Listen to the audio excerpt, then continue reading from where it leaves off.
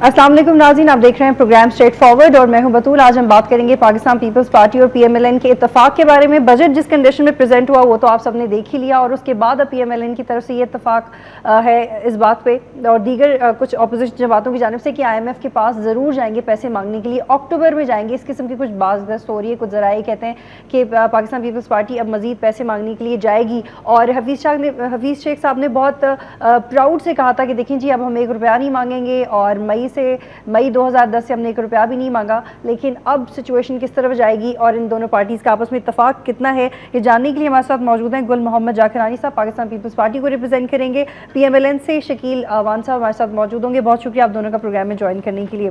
शकील साहब, आप ही ने इतना झगड़ा किया था, आप ही से पूछती हूँ कि पहले ये डिस्कस कर लेते हैं, झगड़ा क्यों? बजट प्रेजेंट हो रहा है, एक एक्टिविटी हो रही है, उसको एक्टिविटी तो होने दे, बाद में एतराज़ करें। Was that the right way to stop or protest?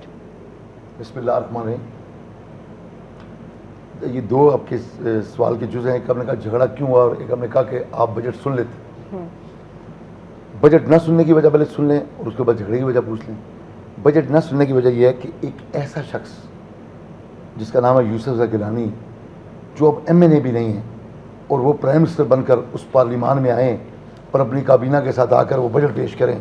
आप मुझे बताएं कि जिन लोगों के हाथों इस मुल्क के आइन कानून की धज्जियाँ बिखरी हों, जिनके हाथों अदालतों की तज़ीक हुई हो बार बार, और हम पहले दिन से कह रहे हों कि हम वो हैं कि जिन्होंने अदल बहाल करवाया, हम वो हैं कि जिन्होंने जान हथेली पर रखी कायदे मोहतरम मियां नवाज शरीफ ने, और हमने अदल के लिए निकले और हमने वक्त से पहले कहा कि हम जेल क्रॉस नहीं करेंगे तो अदल बहाल हो जाएगा और ऐवान इक़्तिदार में बैठे हुए लोगों की लातें कब कपाएंगी। वही हुआ, अदल बहाल हो गया। मैं गुजारिश सबसे ये कर रहा हूँ कि उसके बाद आप ये देखें कि हम जो भी कर रहे थे अपना जमहूरी हक इस्तेमाल कर रहे थे। हमारे हाथों में प्ले कार्ड आए होते जिसपे स्लोगन्स थे, हम वहाँ नारेबाजी कर रहे थे। आप मुझे बताएं, आप तो नारेबाजी, मुक्काबाजी और थप्पड़बाजी? नहीं, पहले सुने, पूरी बात सुने। आपका बड़ा चैनल है, वक्त न्यूज़ और नए वक्त अखबार, बड़े प्रिंट मीडिया में भी आपका माशाल्लाह बड़ा नाम है। आप दुनिया की असेंबलियों की फुटेज मंगाएं, क्या नहीं होता दुनिया में। तो आप ये कहना चाह रहे हैं कि हमने कंपैरेटिवली तमीज से भी हमने तो सिर्फ स्लोगन्स थे हमारे पास, नारे लगा रहे थे, सबसे ज्यादा मैं खुद लगा रहा था। तो वो जो मुक्के नजर आ रहे थे कैमरा में, इन्होंने सबसे पहले रिकॉर्ड करवाया। कैमरे की आंख से कोई चीज पोशीदा नहीं होती। इन्होंने सबसे पहले मेरे पे हमलावर हुए। ये 4 लोग थे MNAs, इन्होंने कोशिश की ये मुझे घसीट के ये मुझे अपनी तरफ ले जाएं और उधर। आपको एग्जैक्टली किसने मारा था? जावेद, क्या नाम था उनका नाम मुझे बाद में पता लगा।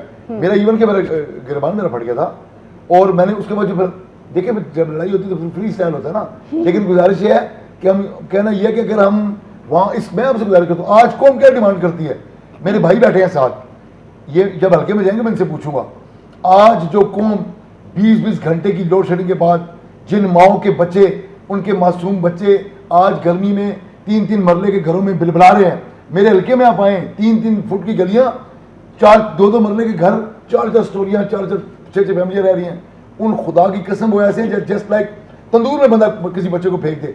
वो लोग जो आज चिल्ला रहे हैं हर चौक चौराहे पर, पाकिस्तान के हर चौक चौराहे पर, बिल्कुल पंजाब में, जिस पंजाब से ये बदला ले रहे हैं सियासी। ठीक है, मुझे गुल साहब से जवाब लेने दे। मुझे आज उनकी डिमांड है कि हम असेंबलियों में जाकर उनके लिए बोलें, हम बोले ये हमारे गले पड़ गए। लेकिन ऑपोजिशन का ये भी काम होता है, सिर्फ बोलना ही नहीं बल्कि ये भी काम होता है कि आवाम को पॉलिटिकली बाशऊर करे। मुझे उनसे जवाब लेने दें। गुल साहब, वो कह रहे हैं कि पहली बात तो हमने झगड़ा नहीं किया, दूसरी बात ये हमने इसलिए प्रोटेस्ट किया कि हम कन्विक्टेड वज़ीर आज़म की पार्लियामेंट को मानते नहीं है। जब कोई चीज़ जुडिशल नहीं है तो उसकी बात क्यों माने? और तीसरी बात ये कि जब पीपल्स पार्टी डेवलपमेंटल काम ही नहीं कर रही है तो उनकी हम बात क्यों सुने? तीनों बातें उनकी ठीक है एक हद तक। आप क्या कहेंगे?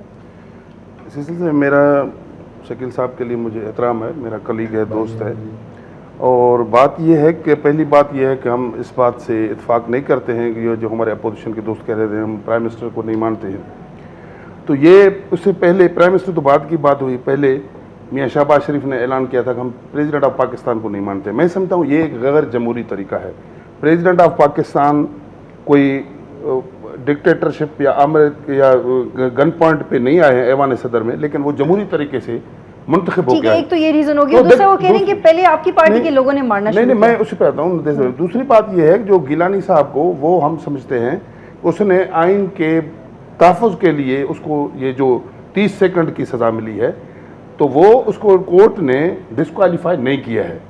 ये एक ओपन, मैं कोई कानूनी माहिर भी नहीं हूँ, उसमें समय शकील साहब भी नहीं है, तो आपको जो बड़े बैरिस्टर वगैरह बैठे उनसे पूछ ले, तो उनको डिस्क्वालीफाई नहीं किया। वो के मामला सुप्रीम को स्पीकर साहबा के पास आई है, और वो स्पीकर साहबा को आइन के मुताबिक अख्तियार है, वो हमने हाथ से नहीं बनाया आइन जो सब पूरे पार्लियामेंट का बनाया हुआ है, तो उसके मुताबिक वो स्पीकर साहबा ने उसका जायजा लेकर उसको फाइल कर दिया। फहमीदा मिर्जा ने पार्टी के रुकन की हैसियत से डिसीजन लिया, स्पीकर की हैसियत से डिसीजन नहीं, स्पीकर देखें कर दी, वो इतनी इंपार्शियल स्पीकर नहीं थी, उन्होंने सब कुछ जो कुछ उनके पास था फहमीदा मिर्जा साहबा ने इनकी एक पार्टी की पाबंदी करते हुए सब कुछ मुआवजा। मसला यह है कि स्पीकर साहबा ने आइन के मुताबिक फैसला किया है, आइन मुताबिक वो स्पीकर को अख्तियार है, अगर उसमें तरमीम करना हमारे दोस्त चाहते हैं तो वो बिस्मिल्लाह ले आए, तो हम आइंदा जो भी स्पीकर ये पॉइंट क्लियर हो गया कि पीएम आपके नजदीक कॉन्स्टिट्यूशनल है, उनके नजदीक अनकॉन्स्टिट्यूशनल है। दूसरे पॉइंट पे आने दें, वो कह रही है कि पहले जी आपकी पार्टी, मुझे गुल साहब दूसरे पॉइंट पे आने देना, आपकी बात मुझे समझ में आ गई है। पहले आपकी पार्टी के लोगों ने मारना शुरू किया, चौधरी निसार साहब ने भी आज प्रेस कॉन्फ्रेंस में कहा असेंबली के बाद, देखें एक तरीका है प्रोटेस्ट करने का, जमहूरी एहतजाज करने का, ये हक रखते हैं, ये एक ने पहले दिन से करते आए रहे हैं, लेकिन उसके अलावा एक दूसरे जो ट्रेजरी बेंचेस हैं उनकी तरफ इनको नहीं आना चाहिए, अपने तरफ बैठकर जो भी प्रोटेस्ट करना चाहिए। अच्छा, उसके अलावा भी मुझे एक बात कर दें, जिस दिन पीएमएलएन ने करारदादें दी थी सूबों के हवाले से, उस दिन मैं भी असेंबली में थी, और जितना आबिद शेर अली को तंग कर रहे थे जमशेद दस्ती साहब, आबिद शेर अली उनको उतना तंग नहीं कर रहे थे, ये तो मैंने खुद भी देखा। झगड़ा नहीं हुआ, ये बातें तो होती रहती है ना, हम एक दूसरे के तलख बातें भी करते हैं, एक दूसरे के खिलाफ जो तनकीद नहीं मारना, उसमें ट्रेजरी बेंचों की तरफ इनका जो प्लान था, ये चाह रहे थे कि हम जो वजीर खजाना है उसको बात करने नहीं दें, उनका माइक छीन लें, तो इसकी वजह से हमारे जो मेंबर हैं, देखिए हमारे बिल्कुल ये इनके अज़ाइम थे, लेकिन वो नहीं कर सकते, उनके तरफ आने, हम सब कुछ कर रहे थे, वजीर खजाना के तरफ से उनको आने रोका गया, इसी वजह से इन्होंने उनकी बात सुनने मैं जावेद वड़ाई साहब को, इन लोगों ने, हमारे दोस्तों ने बहुत उसकी किया है, उनको जुद्दोकूब किया, उनको मारा, उनको गले को दबाया, लेकिन फिर भी हमारे लीडरशिप और हमने इन बात को आगे बढ़ने नहीं दिया, क्योंकि हमने कहा कि भाई ये जैसे कह रहे कि दूसरे दुनिया में होता है, दुनिया कुछ भी करे, हम एक तहजीब याफ्ता महजब कौमों में शुमार होते हैं, इसका जो दूसरे लोग हैं जिस तरीके से वाकई हम भी देखते हैं घुतम घुता करते हैं, उनकी तहजीब, उनकी सिविलाइजेशन हमारे से आगे नहीं है, वो कर सकते हैं, लेकिन हमारे यहाँ ये जो है, मैं कहता हूँ हमारी कौम जो है बिल्कुल शर्मसार हुए हैं, इनके हमारे नुमाइंदे ये कर रहे हैं हमारे पार्लियामेंट के अंदर। आप शर्मसार नहीं हुए आज तक, जिस कौम को आपने भूखा नंगा कर दिया, जिसके मासूम बच्चे पानी को तरसते हैं, नहीं देखिए ये ना अगर इस पे आएंगे ना, वो कह रहे हैं, मुझे क्वेश्चन रेज करने दें प्लीज, मुझे क्वेश्चन करने दें। शकील साहब वो कह रहे हैं कि वो इनसिक्योर थे कि आप वजीर खजाना का माइक छीन लेते, काफी बदतमीजी हो जाती वहां पे, तो मैं आपसे ये जानना चाह रही हूँ, ब्रेक के बाद आपसे ये पूछूंगी कि क्या पाकिस्तान की पार्लियामेंट के अंदर जो एक्टिविटीज होंगी वो हमें दूसरे ममालिक में कितना झगड़ा होगा उसकी नेगेटिविटीज ही सीखनी है या उससे कुछ अच्छी बातें भी सीखनी है? ब्रेक के बाद नाज़रीन सवाल का जवाब देते।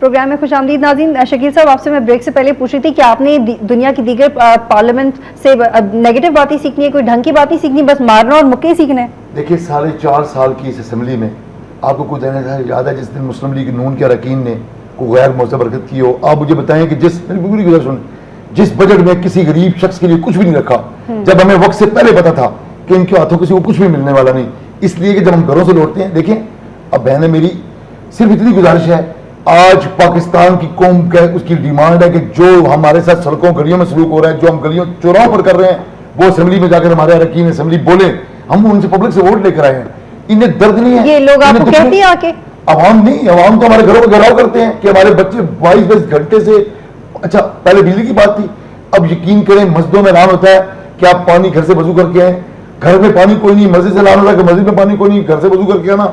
जिस मुल्क में वजू के लिए पानी ना हो, जिस मुल्क में बच्चों को नहलाने के लिए पिलाने के लिए पानी ना हो, जिस मुल्क की माए बहनें बापर्दा अपने हाथों में डोल उठाए, इस दौर में जो दुनिया का तेज तरीन तरक्की का दौर है, वो पानी उठाए, मारी मारी डोल उठाए, पानी ढूंढती फिरें, इन इक़्तिदार के अवाम में बैठे हुए, क्या ये अंधे बहरे गूंगे हो चुके हैं। ठीक है, गुल साहब से मुझे इस बात का जवाब। जी गुल साहब, इतनी बुरी सिचुएशन में मुक्के ना पड़े तो फिर क्या होगा? देखें, इस जो सिचुएशन है लाइट का या मसाइल हैं अपनी जगह पे, मैं इस पे वो नहीं करता हूँ कि बिल्कुल सारा सब कुछ ठीक है, लेकिन इसमें ये भाई वाले भी हमारे साथ शरीक हैं, क्योंकि पंजाब में इनकी हुकूमत है। अभी 18th अमेंडमेंट के बाद सूबों को अख्तियारात मिले हैं, ये अपने एनर्जी के लिए भी एफर्ट्स ले सकते हैं, लेकिन आज तक उन्होंने कुछ भी नहीं किया, सिर्फ एक वफाक पे तनकीद करने के। ये भी कुछ करके दिखाएं, क्योंकि ये हुकूमत से अलग नहीं। ये अगर ये आप उन्हें कुछ करने नहीं देते ना, वो इक़्तिदार में नहीं है। देखिए मैं मुझे जवाब दे दे कि आपने आज मैंने आपको सुना, शकील साहब उन्होंने कुछ भी किया, उन्होंने 5 साल पूरे कर लिए। तो देखिए नहीं मसला ये नहीं 5 साल पूरे करने के, मैं आपको अर्ज करूं इस मसले को उसमें बेसिकली जिसकी शकील साहब ने पॉइंट आउट किया है, बिजली का जो बहरान है ये इनकी पैदा करदा है। इसी वजह से थरकूल का जो मंसूबा था, जो शहीद मोहतरमा बेनजीर भुट्टो साहबा के टाइम में उसको शुरू हुआ, मियां सब जब आए उस प्रोजेक्ट को खत्म कर दिया। अगर वो नहीं करते फिर आपसे बात करती हूँ। जी कौन है हमारे साथ लाइन पे? हेलो जी, अस्सलाम वालेकुम। जी जी बोलिए। जी मेरा नाम जबरदस्त खान है और मैं इस्लामाबाद से बात कर रहा हूँ। जी जी बोले। जी मेरा जागरानी साहब से एक सवाल है कि मैं इनसे ये पूछना चाहता हूँ कि थोड़ा सा ऊंचा बोलेंगे, आपकी आवाज बहुत कम आ रही है। मेरा सवाल है कि इनके जो सदर साहब है जरदारी साहब, कि इनका जो इतना पैसा जो बाहर है स्विट्जरलैंड स्विस बैंकों में पड़ा हुआ है, और ये जो अवाम की हालत बनी हुई है आजकल, जो सड़कों पे गलियों में एहतजाज कर रहे हैं, जिनके ना पानी इनको मिल रहा है, ना गैस मिल रही है, ना इनको बिजली मिल रही है, तो खुदा रहा ये अवाम पे रैंप खा के वो पैसा अगर ले आए और इस अवाम के ऊपर लगा लें, तो क्या इनको जो है ना, इनका बिजली का बहरान भी खत्म हो सकता है, गैस का बहरान भी खत्म हो सकता है, और ये जो करप्शन जो है ना इनकी ये भी खत्म हो सकती है। ठीक है, थैंक यू बहादुर साहब, आपका क्वेश्चन मुझे समझ में आ गया, मैं इसे फॉरवर्ड कर देती हूँ। गुल साहब वो कह रहे हैं कि देखिए जी, सदर जरदारी साहब से कहें अपना पैसा वापस लें, इससे बिजली का बहरान ही खत्म हो जाएगा। ये मैं नहीं कह रही, अगर अवाम में से सोचती तो उसका क्या जवाब? बात की क्या नाम बताए? बहादुर साहब। बहादुर साहब ने जो सवाल किया है, मैं उनको ये गुजारिश करना चाहता हूँ कि जो सदर साहब के हवाले से बात हुई, ये सदर साहब के ऊपर जो ये इल्ज़ाम ये लगे हैं, ये मियाँ साहब के दौर हुकूमत में रहे हैं और ये 11 साल केस भुगते गए हैं मुख्तलिफ कोर्टों में। ये बनाए थे सैफ रहमान ने केसेस, जो उन वक्त मियाँ साहब के साथ थे, उसके टीम में थे और उसके ब्यूरो के सरबराह थे। उसके बाद अब मैं बताना चाहता हूँ अपने भाई को, जब वो अटक किले में आया था तो उन्होंने पांव पड़कर सदर आसिफ अली जरदारी साहब उस वक्त कैदी थे, सदर तो नहीं थे, उनसे माफी मांगी कि हमने आपके ऊपर झूठे केस बनाए। तो नहीं, वो हामिद मीर से मैं सही बताऊं, हामिद मीर जो था ने, ये जो नुमाइंदा है जिलों का सीनियर एक रिपोर्टर है, वो खड़ा था कोर्ट में, उधर आके उन्होंने माफी मांगी कि हमने गलत केसेस बनाए, लेकिन उसका अपनी जगह पे 11 साल वो केस भुगते हैं। अगर उसमें कोई सच्चाई मुझे क्वेश्चन रेज कर देना। अगर गुल साहब देखें, ये काफी टेक्निकल बातें हैं, ये इंट्रा पॉलिटिक्स और इंटर पॉलिटिकल बातें हैं जो कि आवाम को नहीं पता होती। उनको तो यही लगता है ना कि सारे सियासतदान बहुत अमीर हैं, उनके पास बहुत पैसा है, उनमें से कुछ बात है। 11 साल बड़ा अरसा है, मतलब अगर पॉलिटिक्स कॉमन सेंस से होती तो हर बंदा सियासतदान बन जाता है। गुल साहब ऐसा नहीं होता। अभी पूरी बात सुने, ठीक है? आप अपने वोटर्स के कॉन्सेप्ट क्लियर करें, आप बाकी सब छोड़िए। अगर आपके लोगों को ही आपसे शिकायत है कि अपना बाहर का पैसा लेके तो आप उनकी शिकायतें दूर कोई नहीं है कि लोगों को इनका नहीं शिकायत है, नहीं कोई आवाम नहीं खत देखो आइन का मुताबिक है, आइन कहता है कि प्रेसिडेंट को इम्यूनिटी है, इम्यूनिटी हासिल है। ये आइन पूरे पार्लियामेंट ने बनाया है, हमने 19th अमेंडमेंट साथ लाया सबने मिलकर। अगर इसमें तब्दीली लाना था तो ये जी बिस्मिल्लाह लाते, हम उसको चेंज कर दे, फिर खत भी लिख दे। अगर आइन में है, हम अपने प्रेसिडेंट को भेजें किसी और अदालत के पास। सबूत सिर्फ ये है कि एनआरओ के तहत इन्होंने केसेस खत्म करवाए, एनआरओ किया। अब इनसे पूछना सिर्फ ये है कि सुप्रीम कोर्ट ऑफ पाकिस्तान ये कहती है कि आप प्राइम मिनिस्टर को कहती है आप खत लिखे भाई, अगर ये बेकसूर हैं, वहां लूटी हुई दौलत नहीं है, तो आपको कौन सा मेरे खिलाफ आइन इजाजत नहीं देता है। आइन से सुप्रीम कोर्ट में आइन से बलात्कार तो नहीं है ना, आइन तो पार्लियामेंट बनाती है। ठीक है, यही बात आहिस्ता भी हो सकती है जो आप कह रहे हैं। मुझे हिस्ट्री में नहीं जाना, मैं आपसे ये जानना चाह रही हूँ, मैं सिर्फ ये कहना चाह रही हूँ कि ये सवाल मैंने नहीं किया, ना ही मैंने किसी के दिमाग में डाला है कि वो आपसे सवाल करें। ये सवाल अगर जनरल पब्लिक आपसे पूछती है और आप उससे कहें कि देखिए कॉमन सेंस की बात है, तो कॉमन सेंस अगर पॉलिटिक्स इतनी कॉमन सेंस के थ्रू की जाती तो मैं भी सियासतदान होती और शायद आप शायद और भी बड़े सियासतदान होते हैं, सॉरी टू से, बट ये फैक्ट है। अच्छा, अब थोड़ा सा इस एस्पेक्ट से आगे आते हैं, IMF पे आते हैं।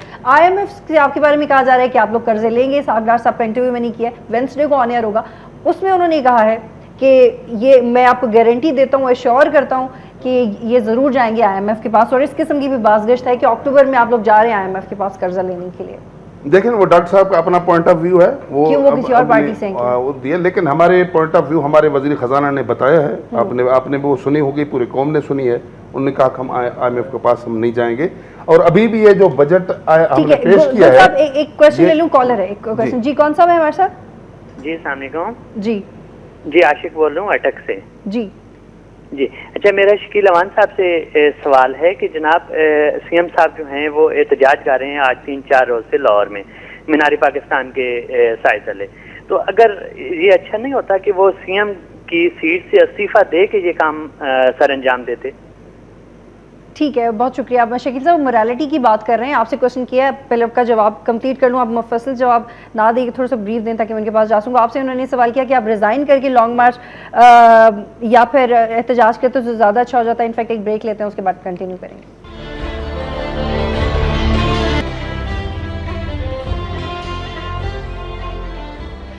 प्रोग्राम में खुश आमदीद नाज़रीन। गुल साहब, आपसे मैंने ये सवाल किया था कि IMF एग्जैक्टली आप इससे किया था, लेकिन पहले उनका जवाब इनकम्प्लीट रह गया था। गुल साहब, आप मुझे बताएं कि आप IMF से कर्जा ले रहे हैं, नहीं, हाँ या ना, पे मुझे उनकी तरफ जाना। मैंने वो पहले ही आपको गुजारिश की कि हमारे जिम्मेदार हैं फिनांस मिनिस्टर, जिन्होंने ये बजट जो तैयार किए है वो गैर मुल्की इमदाद के बगैर ये बजट है, तो इसी हवाले से उसने ये किया कि हम IMF के पास नहीं जाएंगे। ठीक है, आई गॉट यू। शकील साहब, आप बताएं आप कि क्या फ़ायदा जलसे का, और अभी तो चौधरी निसार साहब ने ये भी कह दिया कि हम जलसे नहीं रैलियाँ निकालेंगे, और कॉलर ने कहा है कि रैलियाँ क्यों निकाल रहे हैं, पहले रिज़ाइन करें ताकि मोरालिटी इंक्रीज़ हो। ये अब आवाम आपसे एक्सपेक्ट करती है, आपको क्या करना चाहिए? मैं आपसे जवाब देता हूँ उसका। पहले बात तो ये है कि कॉलर का जहाँ तक मैंने सुना, उन्होंने कहा कि आप जो कैंप ऑफिस बनाया है, जो लोगों के साथ, आवाम के साथ इस तपती गर्मी में जो लोग अजाब से गुजर रहे हैं, बिजली की लोड शेडिंग में, कायदे मतलब मियाँ शहबाज शरीफ साहब ने मीनार पाकिस्तान में कैंप में ऑफिस बनाया। देखिए, दो बातें होती हैं। पहली बात यह है कि जिस इक़्तिदार की उन्होंने बात की ना, उस पहले दिन उन्होंने बैठकर आपके मीडिया चैनल समेत तमाम चैनल पर चल रहे थे, उन्होंने कहा कि मैं ऐसे इक़्तिदार को 100 बार जूते की नोक पर मारता हूँ, लेकिन अगर आज हम खादमेना पंजाब मियाँ शहबाज शरीफ की जगह अगर खादमेना पंजाब रिज़ाइन करके वो कहते हैं जी मेरे, अगर हर चीज़ का हल रिज़ाइन देना है तो हम तो भाई रिज़ाइन लेने आए हैं। जिसको सुप्रीम कोर्ट ने कहा यह सजा याफ्ता है, जिसे सुप्रीम कोर्ट ने सजा याफ्ता करार देने के बाद उन्हें पक्का यकीन था कि अगर मैं अपील में गया तो मेरी सजा बाहर रहेगी। तो शकील साहब, अगर PM गिलानी कुएं में कूद जाएंगे तो आप भी कूद जाएंगे? कुएं में कूदने की बात नहीं है, उसको हम उनसे कह रहे हैं कि भाई आप उनकी मोरालिटी की बात कर रहे हैं, लोग आपकी मोरालिटी की बात कर रहे हैं। पूरे जवाब तो सुन लेना वक्त दे। मैं गुजारिश कर रहा हूँ कि जिस पार्लिमान की तस्दीक कर रहे हैं उसमें बैठ रहे, एक प्राइम मिनिस्टर नहीं रहा, उसके बावजूद आगे बैठता है। हम वो लड़ाई लड़ रहे हैं।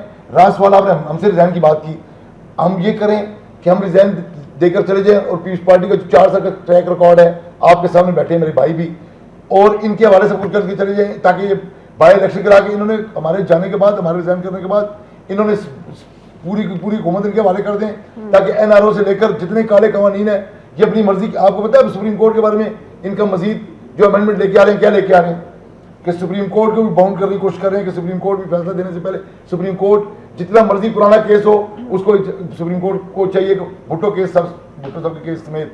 मैं गुजारिश कर रहा हूँ कि आज ये जबान तो सरदारी साहब की जबान है, ये आप रिजाइन कर रहे हैं? नहीं, ये जो सरदारी साहब की जबान है, और सरदारी साहब की जो आगे उन्हीं की जुबान जो बोले, तो उनकी जुबान है, आपकी जुबान कितना कॉम्प्लिकेट कर दिया आपने मेरे सिंपल सवाल को। नहीं, मैं आपसे गुजारिश कर रहा हूँ ना कि मैंने आप कॉम्प्लिकेटेड नहीं किया। मैं आपसे कह रहा हूँ कि अगर हम इस मौके पर रिजाइन देते हैं, ये पीपल्स पार्टी के साथ नेकी और इस मुल्क के साथ सबसे बड़ी बुराई है कि अगर हम सबको इनके हवाले करके चले जाएं, ताकि जब अगर आपका वोटर ये कहे कि पाकिस्तान के लिए सबसे बड़ी नेकी और उनके लिए सबसे बड़ी बुराई है, बयान करे ना, वोटर लॉजिक बयान करे। अगर आप बता दें, आप वोटर बन जाएं, आप मुझे बताएं कि अगर हम इस समझिए छोड़ते हैं और पीपल्स पार्टी हमारे जाने के बाद अब देखें, जब हमने रिजाइन कर दिया फिर हम हक तो नहीं रखते। ठीक है शकील साहब, एक क्वेश्चन ले लें फिर। जी, कौन है हमारे साथ? हेलो, अस्सलाम वालेकुम जी। जी वालेकुम सलाम, पूछिए। जी, मैं जोहेब बात कर रहा हूँ इस्लामाबाद से। जी, जी मैं इनसे सवाल करना चाहता हूँ कि ये दोनों पार्टियां बैठी हुई हैं और इन्होंने 4.5 साल पार्लियामेंट में मज़े भी लूटे, इक़्तिदार के मज़े भी लूटे। खैर एक अपोजिशन में था और एक हुकूमत में था, लेकिन है तो मज़े तो पार्लियामेंट के थे। मैं इनसे पूछना चाहता हूँ कि इस बार जो बजट आया है उसमें खसारा जो है वो 1 अरब और 75 जो है ना 1075 अरब रुपया खसारा आया है।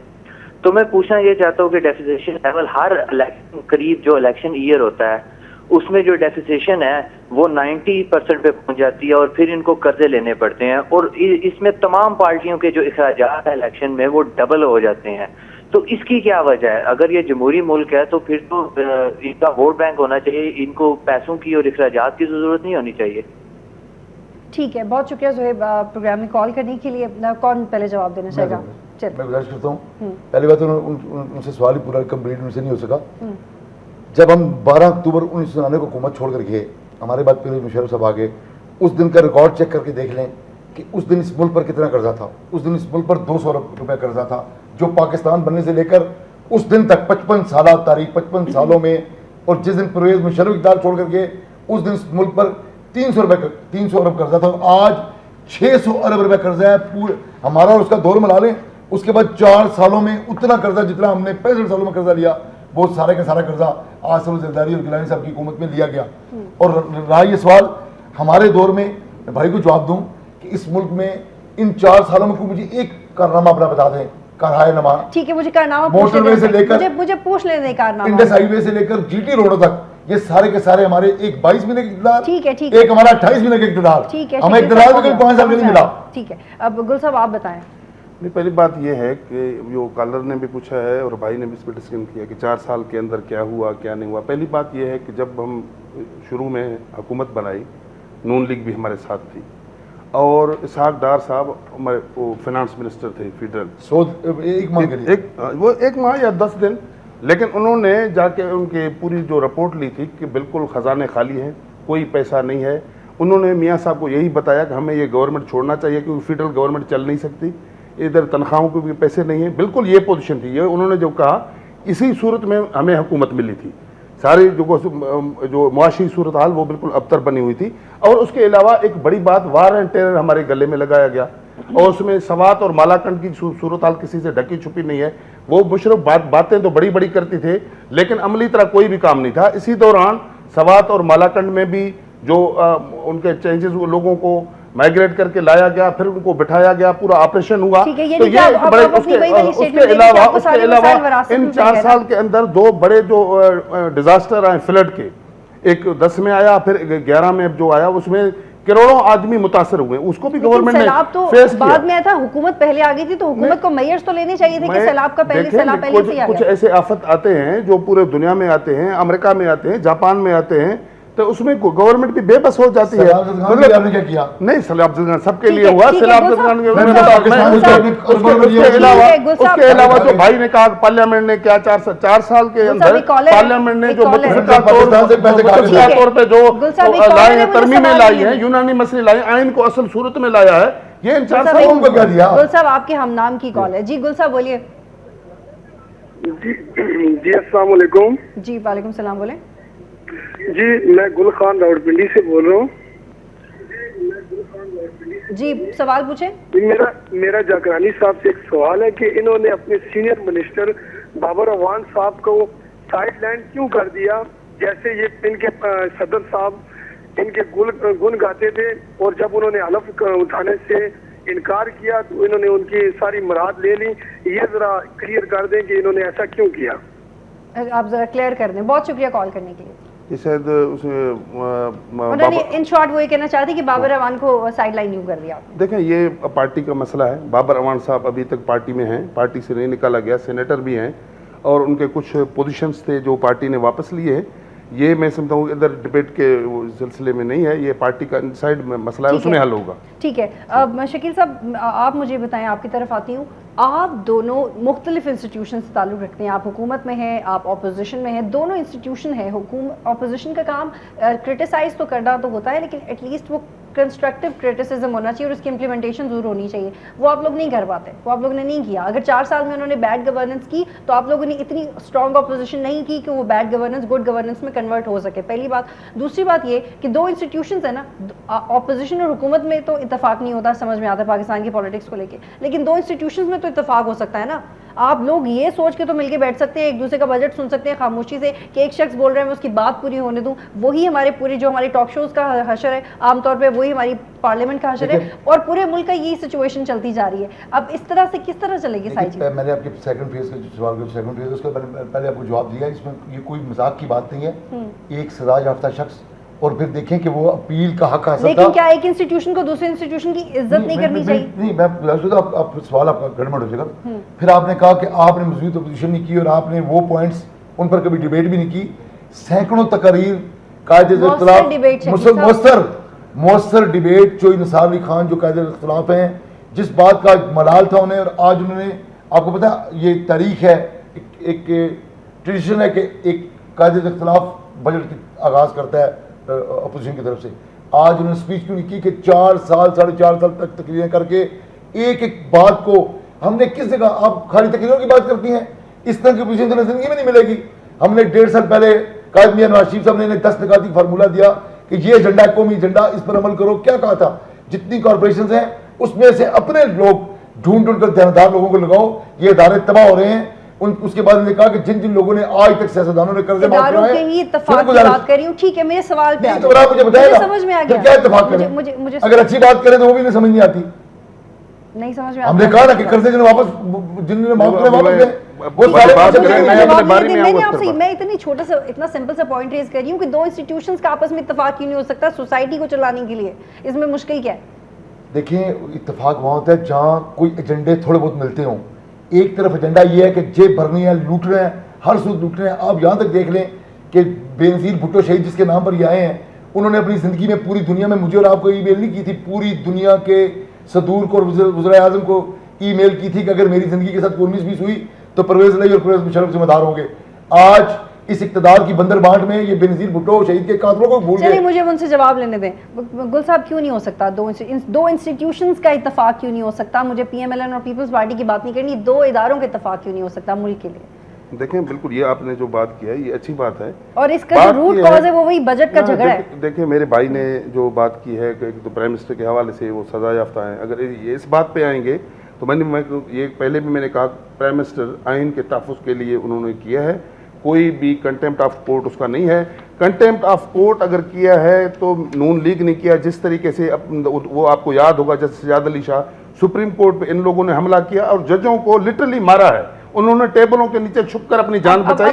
वो था कंटेम्प्ट ऑफ कोर्ट। और सजा की जब बात होगी तो बड़ा सजा नहीं, वो बड़ा अगर सजा तो मियां नवाज शरीफ साहब को 25 साल सजा थी और वो जेल में बंद था, उसके अलावा वो किसी भी तरीके से जिस तरीके से वो एक अलग चैप्टर है। अगर सजा पे आएंगे तो बड़ा ये 30 मिनट की बात कर रहे हैं, नहीं वो स्पीकर को पावर था, स्पीकर के पावर के मुताबिक वो क्लोज हो गया, तो फिर अपील की जरूरत ही नहीं। इम्यूनिटी हासिल है, इम्यूनिटी तो है। जी, कॉल है हमारे साथ। हेलो जी, हेलो, बोलिए। अस्सलाम वालेकुम जी। जी, वालेकुम सलाम। सवाल पूछे जी। मैं जहांगीर बोल रहा हूँ काड़े से जी। मेरे जाखरानी सवाल है जी, पूछे सवाल जाखरानी साहब से। मैं उनसे पूछता हूँ, कभी रेलवे कसारे में जा रही है, कभी कह रहे वापा कसारे में जा रही है। अच्छा, तो सवाल क्या है? ये मसला कब हल हो? कब तक बेवकूफ बना? आपकी आवाज बहुत कम आ रही है गालिबन, I think you should need to call again. हाँ, एग्जैक्टली ये कहना चाह रहे हैं, मुझे MCR से बताया कि मसला कब हल होगा, तो आप दोनों से सवाल है, जाखरानी साहब से सवाल है, मसाइल हल करें आप। हमने तो हर वक्त देखे ये जो इतने तलखियाँ थी माजी में रही सियासत में, जब शहीद मोहतरमा बाहर थी और मियाँ साहब भी बाहर थे, तो ये बहुत तलखियों के बाद मिल बैठे, जो में चार्टर ऑफ डेमोक्रेसी पे हमने साइन चार्टर ऑफ डेमोक्रेसी को भी आपने इतने क्लॉजेस अमेंडमेंट कर दी, वो चार्टर ऑफ डेमोक्रेसी नहीं, चार्टर ऑफ अमेंडमेंट लगता है। मैं कहने का मतलब है कि ये इम्पॉसिबल बात नहीं है, कुछ सियासी जो इख्तिलाफात हैं वो मिल बैठकर उन मामले का हल निकाल सकते हैं, लेकिन अभी सिर्फ उसका इसके लिए ये इस तरह बेताब हों इक़्तिदार के लिए, कभी कहीं किसी भी सूरत में डेमोक्रेसी सिस्टम को ही डीरेल करें। इसी हवाले से मैं कोई इल्ज़ाम नहीं कर रहा हूँ, तो आपको याद होगा आपके मीडिया में भी जब चौधरी निसार साहब और मियाँ शहबाज शरीफ रात के अंधेरे में जाके आर्मी के चीफ ऑफ आर्मी स्टाफ से मुलाकात की, जिसको पर्दा राज में रखा गया। गुल फिर वो साहब, बाद में गुल जब साहब, सामने आया, आपकी गवर्नमेंट को चलता जब सामने आ गया, फिर हम के तो उस फिर बात में हमने पे बताया discussion पे आ आपको, जाते हैं, आप ऐसी दोनों मेरी बातें बात वो नहीं सुन रहे। हम पे जो इल्जाम है कि हमने बचाया आपको। ठीक है, ठीक हम है, फिर इस आप बात लोग पे- आपस में ही बात नहीं, कर रहे एक- हैं। आई थिंक आई एक शुड बतूल, लीव एक मिनट, इस बात पे हमें क्लियर होना होगा कि इस मुल्क का एक ही तरीका है मुल्क के चलाने का, आपके वो वोटर्स आपसे डेमोक्रेसी ये है। expect करते हैं कि आप डेमोक्रेसी उनके के बगैर मसाइल हल और कर किसी दें, तरफ please। कोई सोचेगा तो पहले ही मुल्क को नुकसान हुआ है, अभी भी हम नुकसान की तरफ जाएंगे। जमहूरी कदरों को मजबूत करना होगा। अभी जिस कब हो रही है? कब हो रही है? देखिए, साढ़े अभी चार साल वो 4.5 साल हो गए, near 5 साल future हम में हो रही है। कंप्लीट कर रहे हैं, 5 साल कंप्लीट करेंगे, फिर अवाम के पास जाएंगे।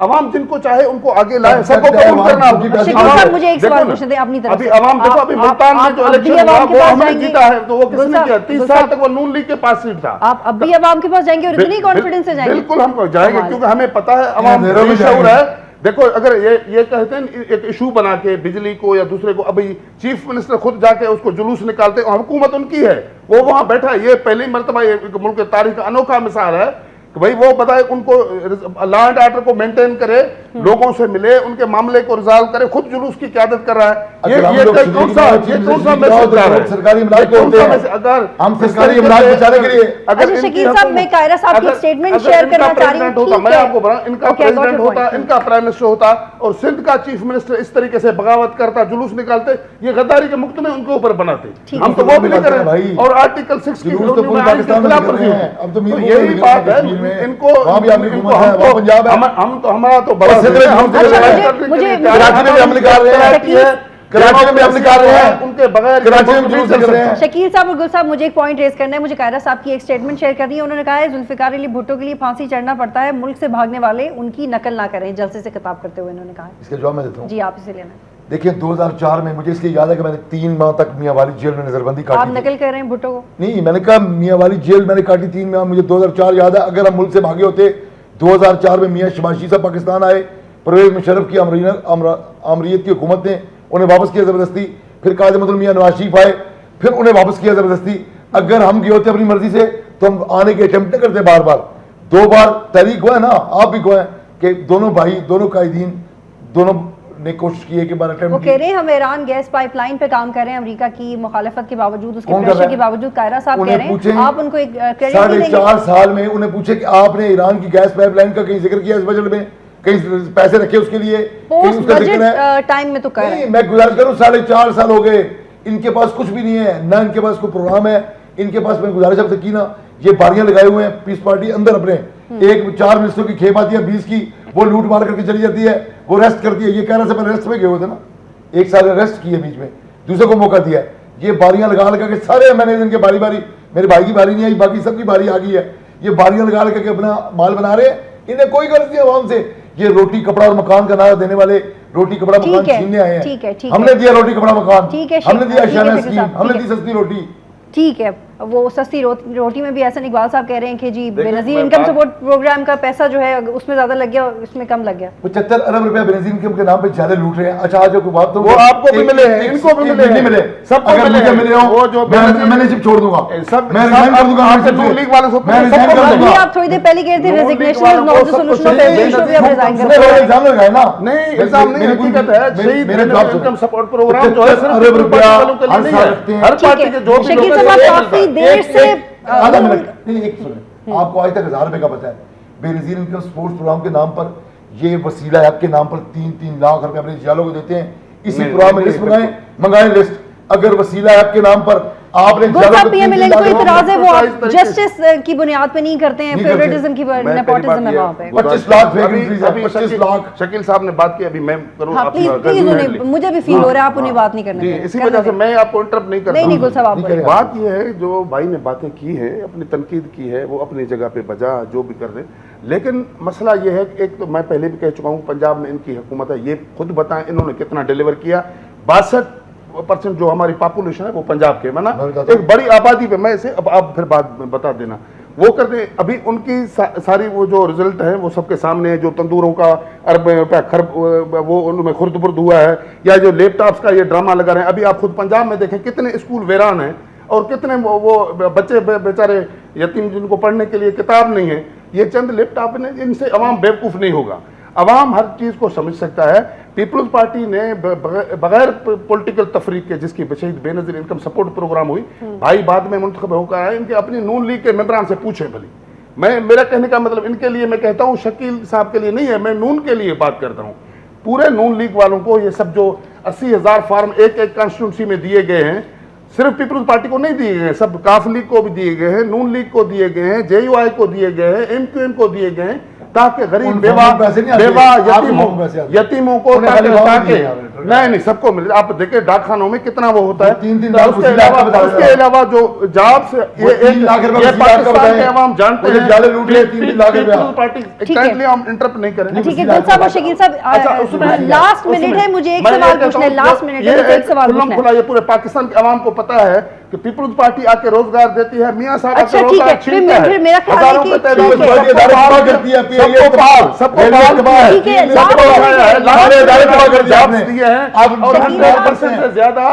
बजट में 100% ज्यादा तनख्वाहें बढ़ा दी गई है। तो मेरे ख्याल में ये प्रोग्राम का लास्ट मिनट है, मुझे फैसला इधर नहीं हो सकता। फैसला अवाम के पास जाएंगे, अभी 2013 में जाएंगे, उधर अवाम फैसला करेगा इनको, इनके लिए उनका अवाम के पास जाएंगे। एक सवाल पूछने थे मुझे आप दोनों से, लास्ट मिनट है, जरा ब्रीफ जवाब दीजिएगा। आप कह रहे हैं कि सारी अवाम को पता है कि रोजगार पीपल्स पार्टी के पास है, एक अवाम इमरान खान की भी है, वो कह रहे हैं कि सारी अवाम को पता है कि एक ही कौमी जमात है और अगर हम चाहें तो पूरा मुल्क बंद हो सकता है। फिर आप दोनों का क्या स्टेटस रह जाता है अगर इस तरह किस्म की स्टेटमेंट्स आते हैं? आपका और कोई पाकिस्तान है, आपको पाकिस्तान कोई और इमरान खान का पाकिस्तान कोई और है? मैंने तो कुछ तरह का दावा नहीं किया, बात जरूर कही है कि मुस्लिम लीग नून और कायद मियां नवाज शरीफ के 2 अदवार जब वो प्राइम मिनिस्टर रहे हैं, उनका भाई के 2 अदवार जो चीफ मिनिस्टर रहे हैं, एक बार पिछली बार अभी मौजूदा भी हैं, हमारी कारकर्दगी, हमारा मंशूर है, हमारा प्रोग्राम है। हमने जो इस कौम को दिया, इस कौम को बागैरत कौम बनाया, हिम्मत जुर्रत वाली कौम बनाया, एटमी धमाके किए। किसने बनाया बागैरत कौम? बागैरत का है, बागैरत कौम बनाया, इस कौम को एटमी कुव्वत बनाया, गैरत से इस कौम को जीने का ढंग सिखाया, इस कौम को मोटरवे दी। मोटरवे इसलिए नहीं दी, उस वक्त तनकीद करते थे ये शहजादे हैं जी मोटरवे घूमना चाहते हैं। आज एहसास हुआ है कि आपकी पाक फौज मारने को तैयार है, एयरफोर्स कहती है। ठीक है, बस मुझे आपकी बात समझ में आ गई। हंगामी लैंडिंग हो सकती है। मैं कहता हूँ देखिए जो भाई ने बातें की हैं अपनी जगह पे, लेकिन पाकिस्तान पीपल्स पार्टी वो पार्टी है जिनकी क़यादत ने अवाम के लिए अपनी जानें कुर्बान की। शहीद जुल्फ़िकार अली भुट्टो ने जिंदगी दी। देखें उसके अलावा शहीद मोहतरमा बेनज़ीर भुट्टो साहब ने इतने बड़े चैलेंजेस के होते हुए, जब इधर अवाम के ऊपर मुसीबतें पड़ी हुई थी, मियाँ साहब वाले भी छोड़ के चले गए थे, उस वक्त कोई लॉन्ग मार्च भी नहीं कर रहे थे, उसके खिलाफ कोई जुलूस भी नहीं निकाल सकते थे, लेकिन मोहतरमा यहाँ आई और मियाँ साहब को भी हौसला दिया, आप भी यहाँ पहुंचे। तो इसी वजह से ये आज जो जमहूरियत है जिस पे ये हम फख्र कर रहे हैं, ये पाकिस्तान पीपल्स पार्टी के कुर्बानियों की वजह से ये जमहूरियत कायम और दायम है। 11 साल की खुद साख्ता जलावतनी तोड़ के बेनज़ीर साहब आई ना, आप किसी जलावतन तो नहीं किया था, हमें मियां साहब तो माफी लेकर गए थे। गुल साहब प्रोग्राम में ज्वाइन करने के लिए मुझे वाइंड अप करना है। बहुत शुक्रिया आप दोनों का प्रोग्राम में ज्वाइन करने के लिए। नाज़रीन, अभी जो सिचुएशन है पाकिस्तान की इकनॉमिक कंडीशन वो ये है कि हर पैदा होने वाला बच्चा 65,000 का मकरूज है। वो बेचारा पाकिस्तान में आने से पहले ही मकरूज है, पता नहीं है उसने अमेरिका के पैसे देने हैं या ऑस्टेंसिबली इजराइल के पैसे देने हैं। प्रोग्राम देखने का बहुत शुक्रिया, अल्लाह हाफ़िज़।